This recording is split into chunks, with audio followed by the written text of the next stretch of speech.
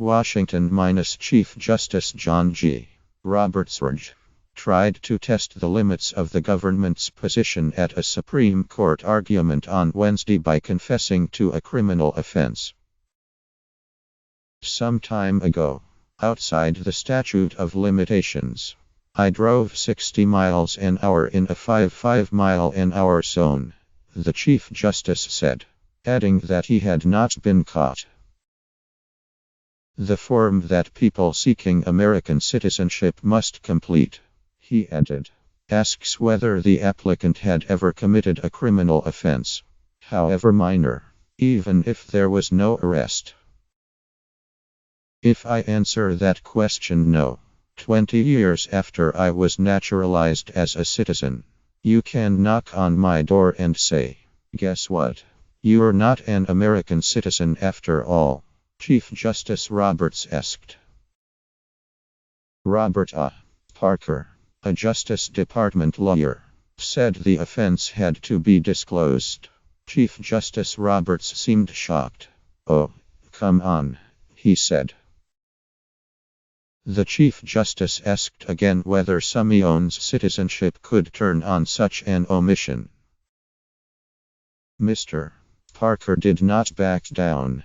"If we can prove that you deliberately lied in answering that question, then yes," he said.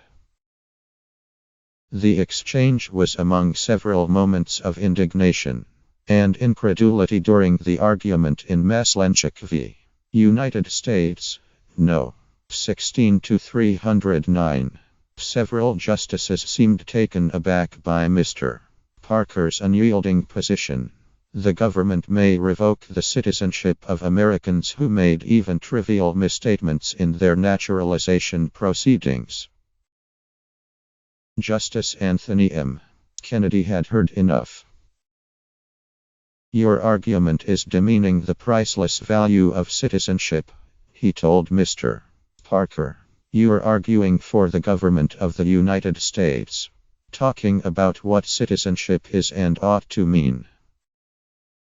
Justice Sonia Sotomayor asked about the failure to disclose an embarrassing childhood nickname.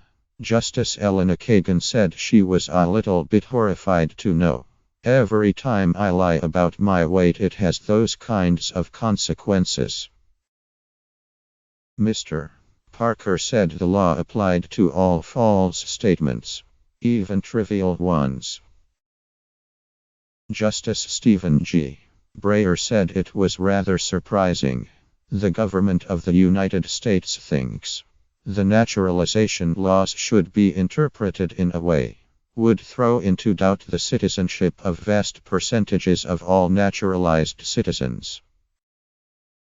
Chief Justice Roberts added, "The government's position would give prosecutors extraordinary power. If you take the position that not answering about the speeding ticket or the nickname is enough to subject that person to denaturalization," he said, "the government will have the opportunity to denaturalize anyone they want." The Trump administration has sought to strip the citizenship of a convicted terrorist, and President Trump has said, loss of citizenship may be a fit punishment for burning the American flag. Wednesday's case concerned Divna Maslanchik, an ethnic Serb who said she had faced persecution in Bosnia.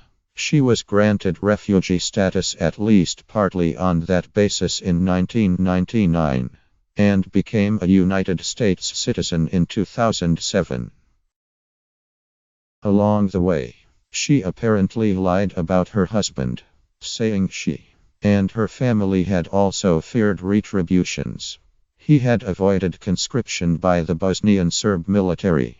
In fact, he had served in a Bosnian Serb military unit, one that had been implicated in war crimes. When this came to light, Ms. Maslanchik was charged with obtaining her citizenship illegally. She sought to argue that her lie was immaterial, but the trial judge told the jury that any lie, significant or not, was enough. Ms. Maslanchik was convicted. her citizenship was ordered revoked, and she and her husband were deported to Serbia. Christopher Landau, a lawyer for Ms.